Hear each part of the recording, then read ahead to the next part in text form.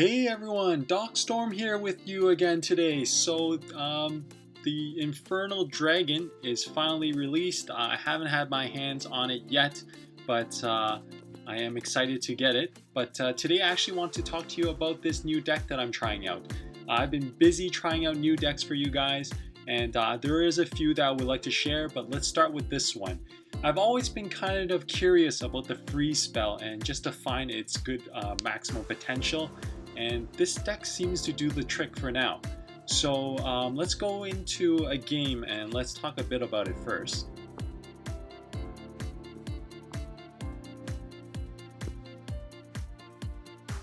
So here I am going to be facing a trifecta deck. So usually after a Elixir collector, when your opponent is down 5 Elixir, it's an ideal time to go for an attack. That way it forces your opponent to really hustle there. And especially for my deck here, I don't use collector. You really need to apply that pressure. So again, take out the back line, right, with my mini P.E.K.K.A.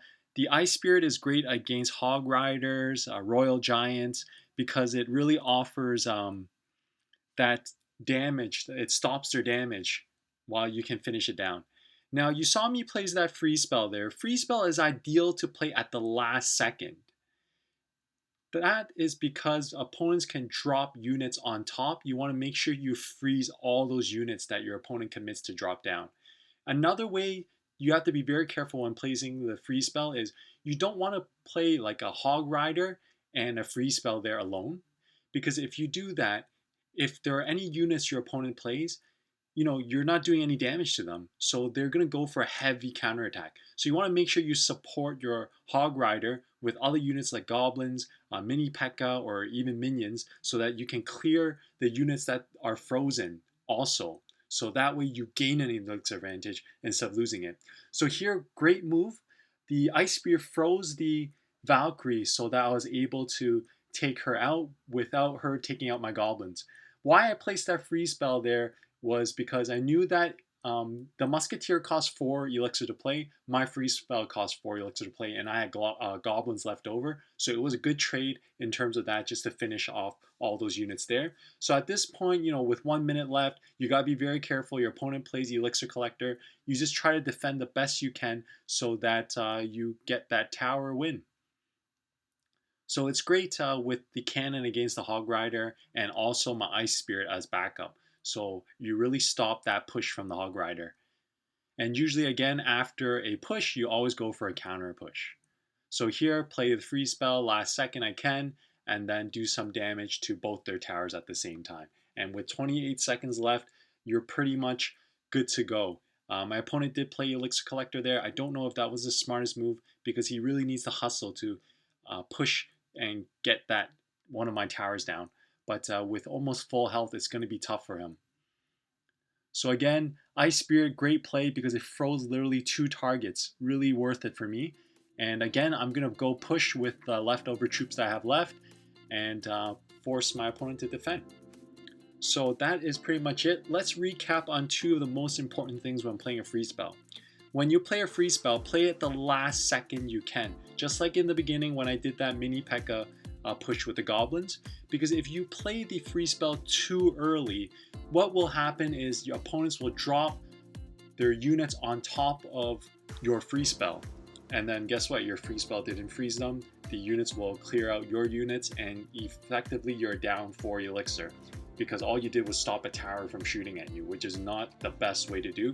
But if you leave it to the last minute, if your opponent doesn't commit Elixir to defend, your guys are going to take their chunks off of their tower. But if they do play things to defend, then you play that freeze spell, and then as your unit that damages the tower, like my Hog Rider or sometimes mini P.E.K.K.A. will take out the tower, and your supporting troops like the Goblins and Minions will finish off the things that they use to defend your mini P.E.K.K.A. and Hog.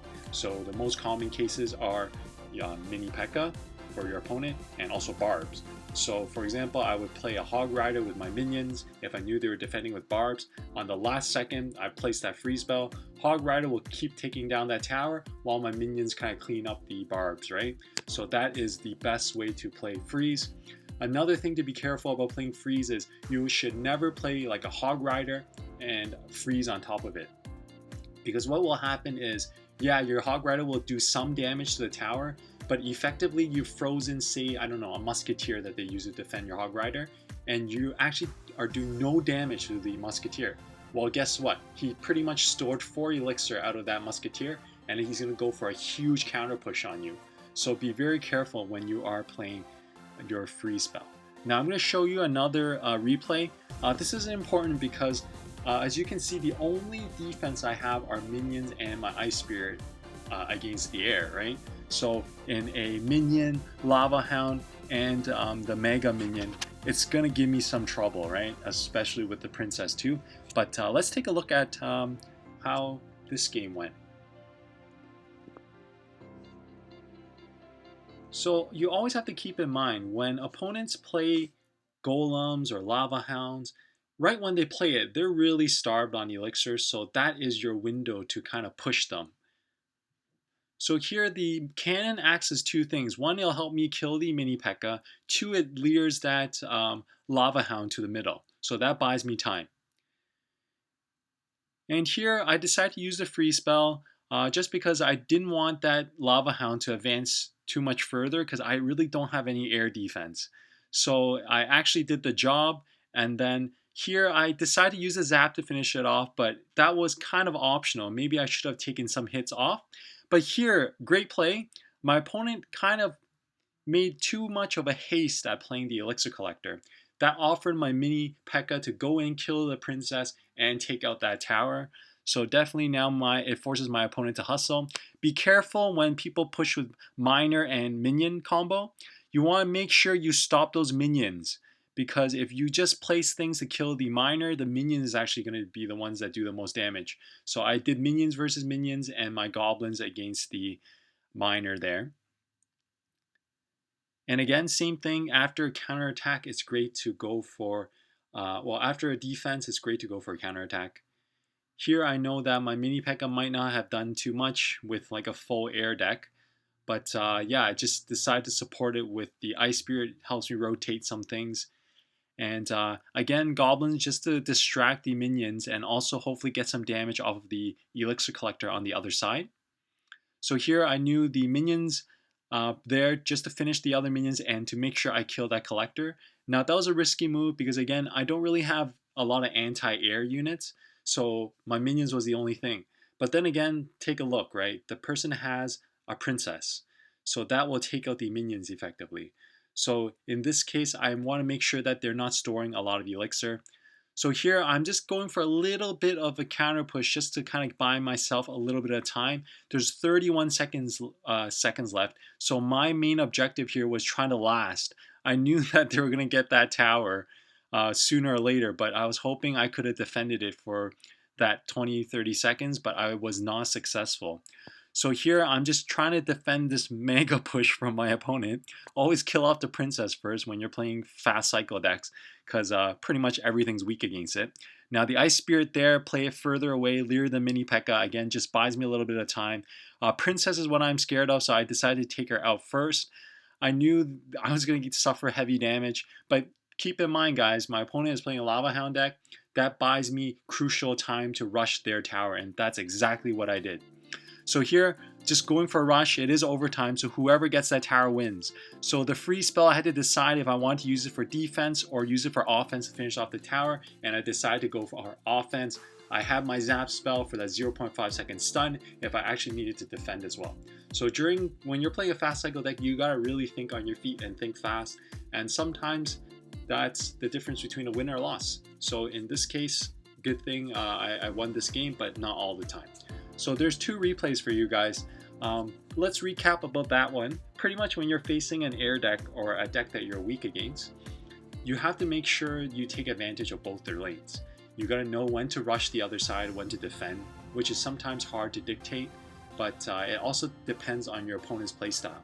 But the more you play with a deck, the better you'll get used to dealing with certain decks, and that will gear you towards playing better.